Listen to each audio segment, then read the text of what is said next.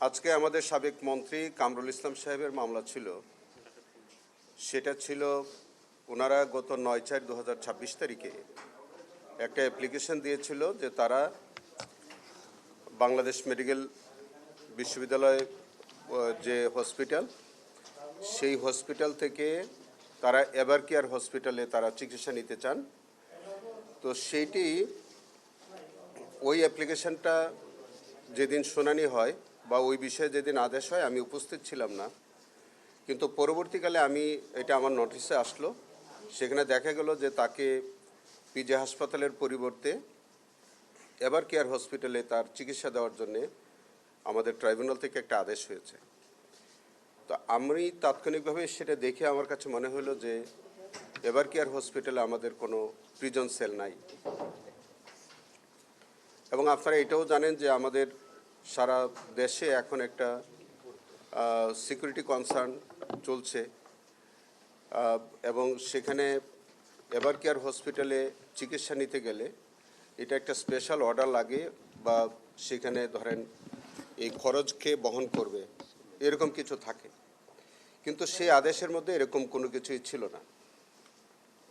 আরও আমরা দেখলাম যে সেখানে তারা যে অ্যাপ্লিকেশনটা ফাইল করেছিল যে পিজি হাসপাতালের পরিবর্তে এভার কেয়ার হসপিটালে চিকিৎসার জন্যে, তারা সেখানে কিছু কাগজপত্র তারা সাবমিট করেছে, যে কাগজপত্রগুলো আমাদের কাছে একটু সন্দেহজনক মনে হয়েছে। বিশেষ করে তারা 15/2/2026 তারিখের একটা মেডিকেল পেপার, সোকল্ড একটা মেডিকেল পেপার, একটা মানে একটা কেস সামারি বলে এরকম একটা তারা রিপোর্ট, এটা দেখে আমার একটা সন্দেহ হলো যে এই কেস সামারিটা 15/2/26 তারিখে কী করে ট্রাইব্যুনালে আসলো বা কী করে আসামিদের হাতে আসবে।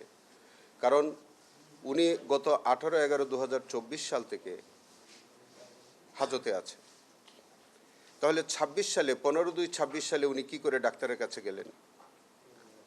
ট্রাইব্যুনালের কোনো আদেশ নেই এই বিষয়ে, ট্রাইব্যুনালের কোনো অনুমতি নাই। আমি আরও একটা জিনিস দেখলাম যে 12/2/26 তারিখে আরেকটা মেডিকেল পেপার, সেটা হচ্ছে সিঙ্গাপুর থেকে আনা, সেটাও ওই তাদের দরখাস্তের সাথে তিনি জমা দিয়েছেন। তো সেটাও আমার কাছে মনে হলো যে 12/2/26 তারিখে তো তিনি জেল হাজতে, তাহলে সেই কাগজটা কি করে আসলো এখানে? তাকে না দেখে কিংবা তিনি ডাক্তারের কাছে না গিয়ে কি করে এই চিকিৎসাপত্র তিনি আদালতে আনলেন? এই দুইটি কাগজ আমার কাছে মনে হয়েছে যে এটা সামহাও তারা প্রকিউর করেছে, অথবা এই কাগজগুলোর মানে যথার্থতা নাই। একজন ডাক্তার, যে ডাক্তার 15/2/26 তারিখে যে ডাক্তারটা মানে যে কাগজটা দিয়েছে, সেটা দেখা যাচ্ছে উনার নির্বাচনী এলাকা কামরাঙ্গীরচরের একটা প্রত্যন্ত অঞ্চলের জনৈক আমিন আনোয়ার নামে এক ডাক্তারের, একটা ডায়াগনস্টিক সেন্টারের ডাক্তারের একটা রিপোর্ট। তো আপনি যখন এইখানের মধ্যে আবার শব্দটা লেখা আছে গ্যাস্ট্রিক ক্যান্সার, তো গ্যাস্ট্রিক ক্যান্সার বলে এরকম কোনো রোগের নাম আমরা কখনো শুনেছি বলে মনে হয় না। তো সব কিছু মিলে আমাদের কাছে এটা সন্দেহজনক লেগেছিল। আমরা তাৎক্ষণিকভাবে গত পরশুদিন আমরা এটা ট্রাইব্যুনালের নোটিশে আনলাম এবং এটা রিভিউ করার জন্য আমি একটা অ্যাপ্লিকেশন দিলাম। তাৎক্ষণিকভাবে অনারেবল ট্রাইব্যুনাল তারা এটা দেখে যে আদেশটা ওনারা 9/4/2026 পাস করেছিলেন, সে আদেশটা স্টে করেছিলেন এবং তার উপরে আজকে অধিকতর শুনানি হয়েছে। শুনানির পরে সে আদেশটাকে তারা বাতিল করেছেন।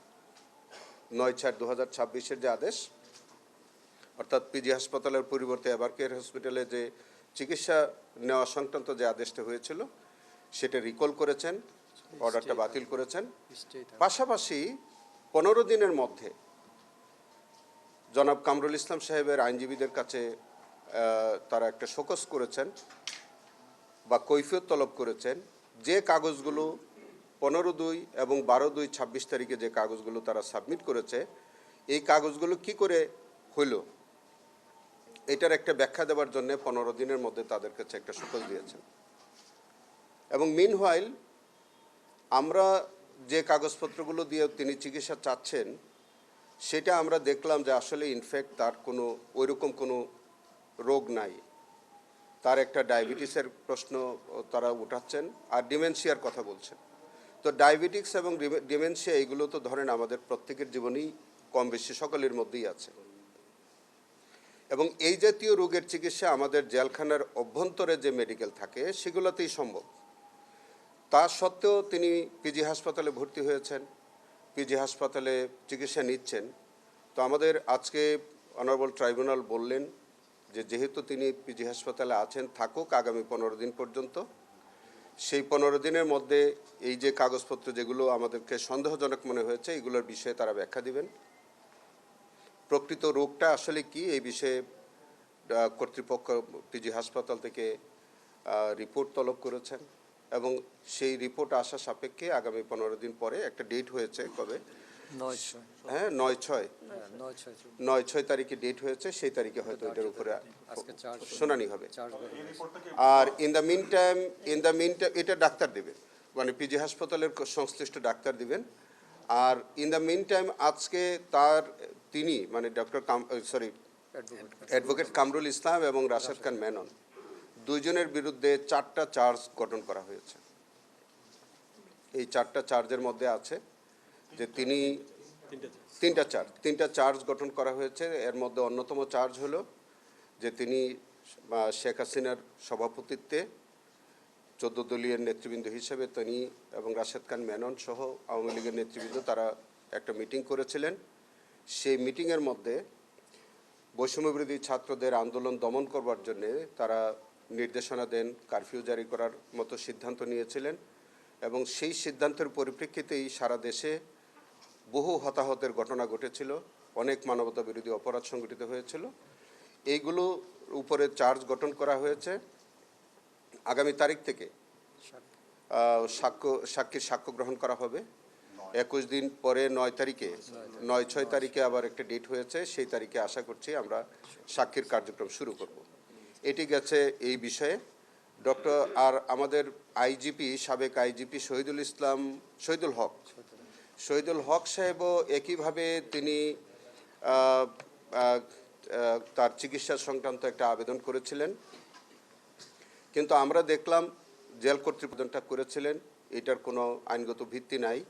সেই কারণে আবার তার আইনজীবী আজকে নিজেই ওই যে দরখাস্তটা উনি চিকিৎসা সংক্রান্ত দিয়েছিলেন সেটা তিনি প্রত্যাহার করে নিয়েছেন। ফলে তিনি এখন জেলখানাতেই থাকবেন। এই হলো আজকের বিষয়।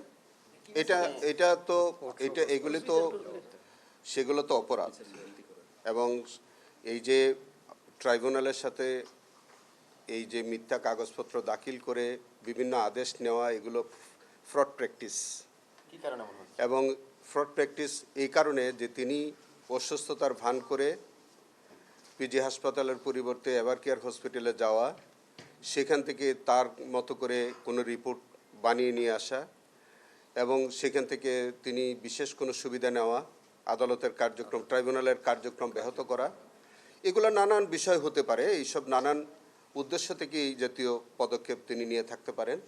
তা আমাদের কাছে এখন কনসার্ন হচ্ছে যে 2টা মেডিকেল পেপার তিনি সাবমিট করেছেন, একটা 12/2/26 এবং একটা 15/2/26, দুইটি তারিখেই তিনি জেল হাজতে আছেন। জেল হাজতে থেকে তিনি কেরানীগঞ্জে কী করে চিকিৎসা নিলেন, জেল হাজতে থেকে তিনি কী করে সিঙ্গাপুরে চিকিৎসা নিলেন, আর সেই তথাকথিত ডাক্তাররা কীভাবে রিপোর্ট সাবমিট করলেন, এটা যথেষ্ট সন্দেহজনক, এবং ট্রাইব্যুনাল এই বিষয়গুলো গুরুত্বের সাথে নিয়েছেন। তার আইনজীবীকে সেই বিষয়ে কারণ দর্শাতে বলেছেন, এবং সন্তোষজনক কারণ দর্শানোর জবাব যদি সন্তোষজনক না হয় নিশ্চয়ই ট্রাইব্যুনাল পরবর্তী ব্যবস্থা নেবেন।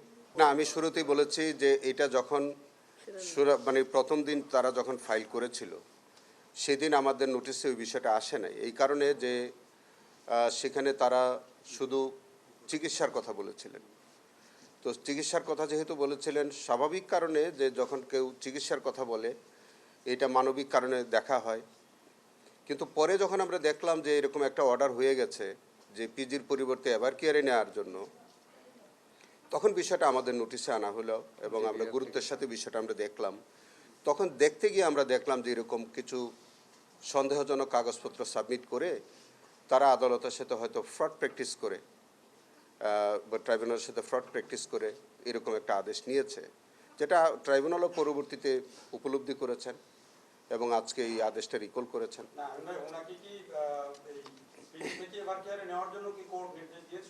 আগে আগে আগে একটা আদেশ হয়েছিল, সেই আদেশটা আমরা যখন দেখলাম, আমাদের নোটিশে আসলো, আমরা তাৎক্ষণিকভাবে দরখাস্ত দিয়েছি।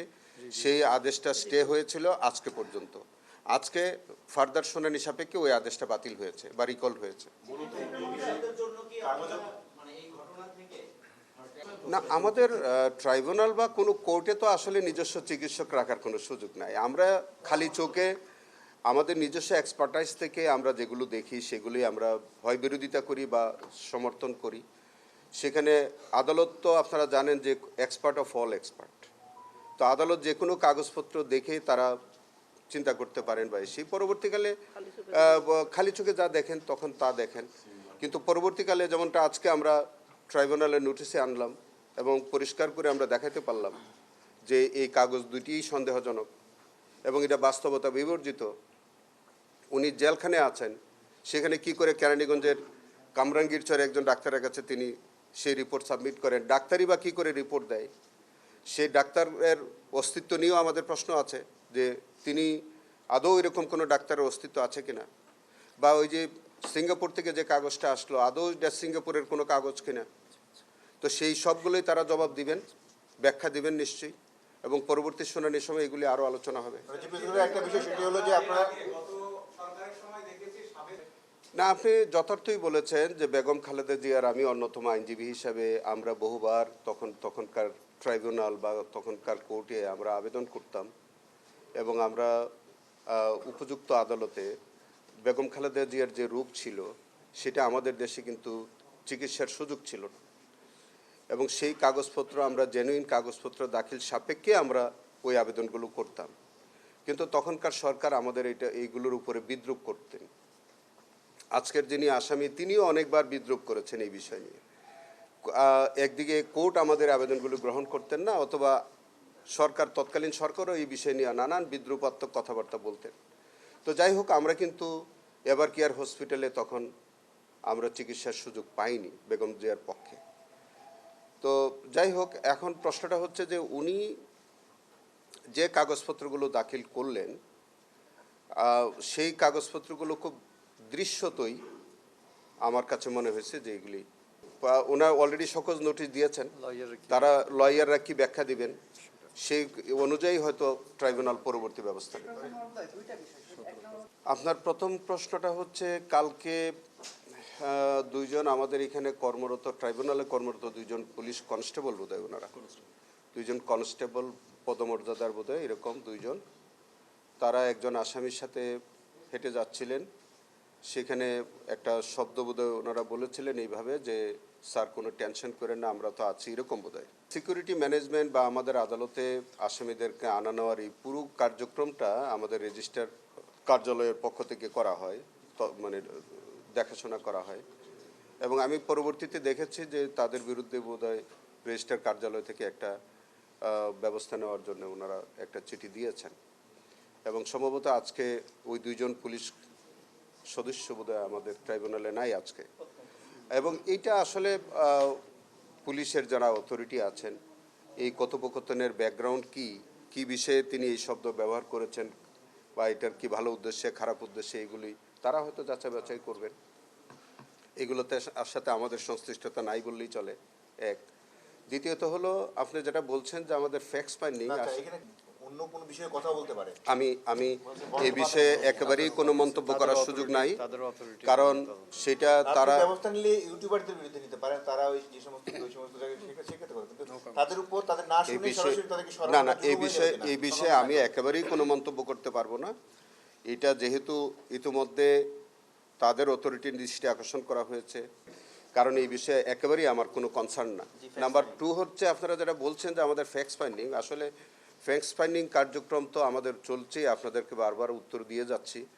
আমাদের একজন গুরুত্বপূর্ণ ব্যক্তি তিনি এখন হজে আছেন, আমাদের অনেকগুলো বিষয় তিনি সংশ্লিষ্ট আছেন। তো তিনি হজ থেকে আসার পরে আমরা আশা করছি যে আপনাদেরকে ভবিষ্যৎ জানাতে পারবো। ফ্যাক্টস ফাইন্ডিং নিয়ে মনে হয় আর কথা না বলি। আর এরপরে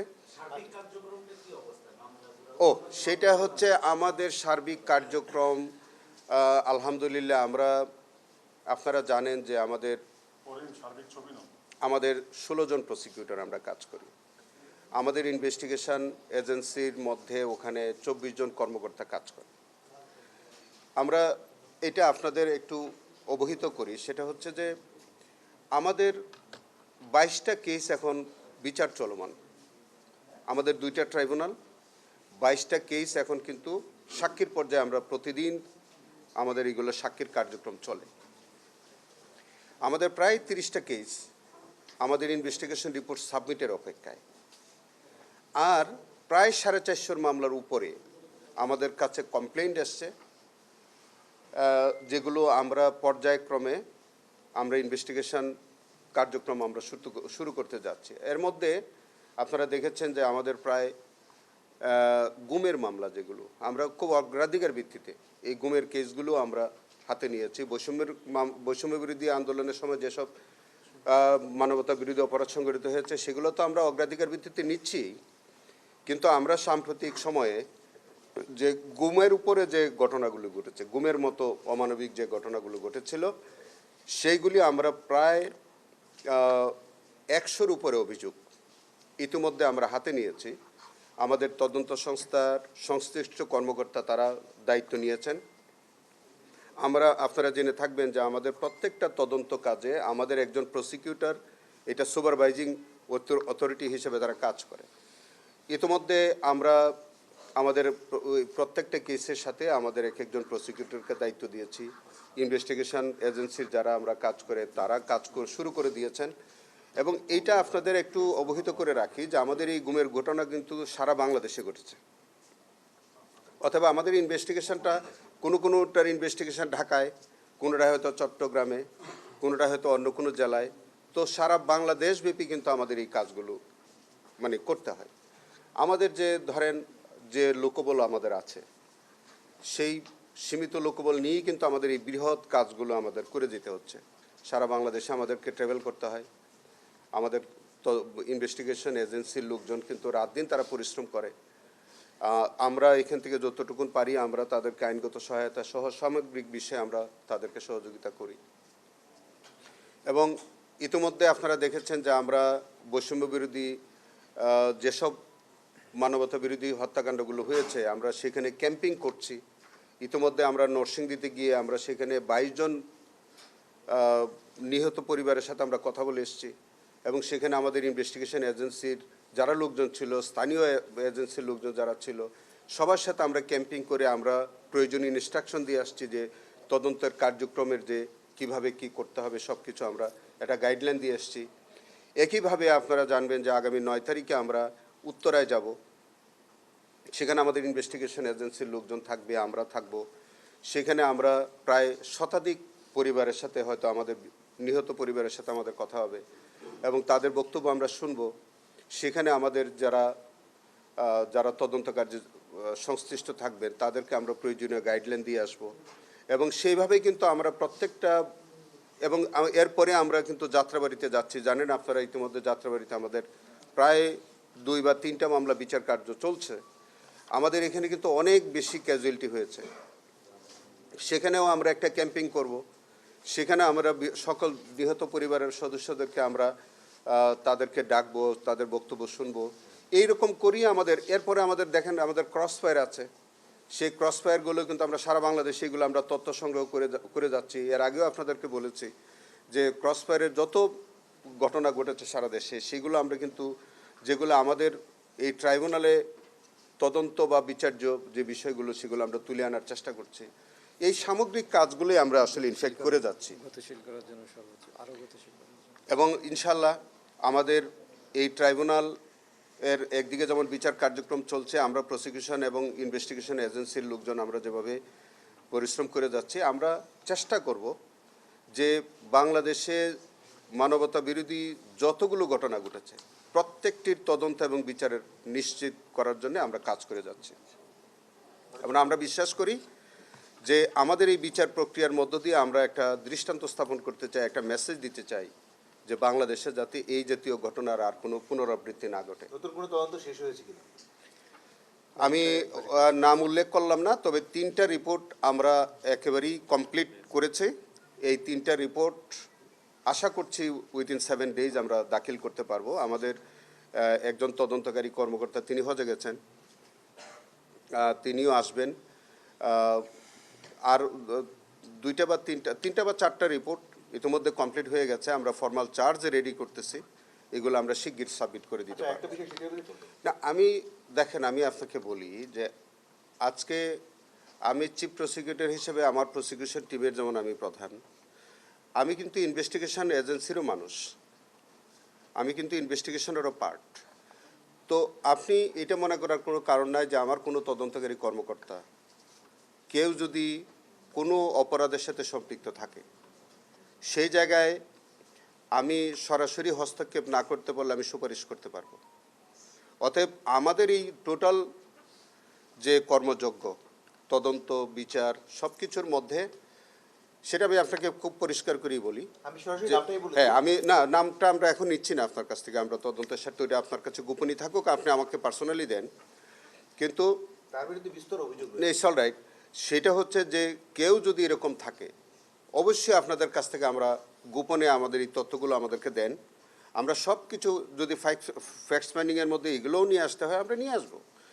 মানে আমাদের বক্তব্যটা হচ্ছে পরিষ্কার যে আমরা এই ট্রাইব্যুনাল অত্যন্ত পবিত্র, এই ট্রাইব্যুনালকে আমরা অত্যন্ত পবিত্রতার সাথেই আমরা কাজ করতে চাই। কোনো রক্তের সাথে যাতে আমরা বেইমানি না করি, কোনো শহীদের সাথে যাতে আমরা বেইমানি না করি, এবং সেটার জন্যে আমরা যদি কেউ আমাদের এই শহীদের রক্তের সাথে আমরা যদি বা মানে সদ্ব্যবহার যদি আমরা করতে না পারি, আমি আর আগেও বলেছি, এখনও বলছি যে সেই প্রসিকিউশন এর মেম্বার হোক, তদন্ত সংস্থার কোনো সদস্যই হোক, তারা এই কার্যক্রমের মধ্যে যেন না থাকেন, তারা অন্য জায়গায় চলে যেতে পারেন, কিন্তু আমাদের এই পবিত্র অঙ্গনকে কেউ যাতে অপবিত্র না করে। ধন্যবাদ। থ্যাংক ইউ ভাইয়া। আসসালামু আলাইকুম।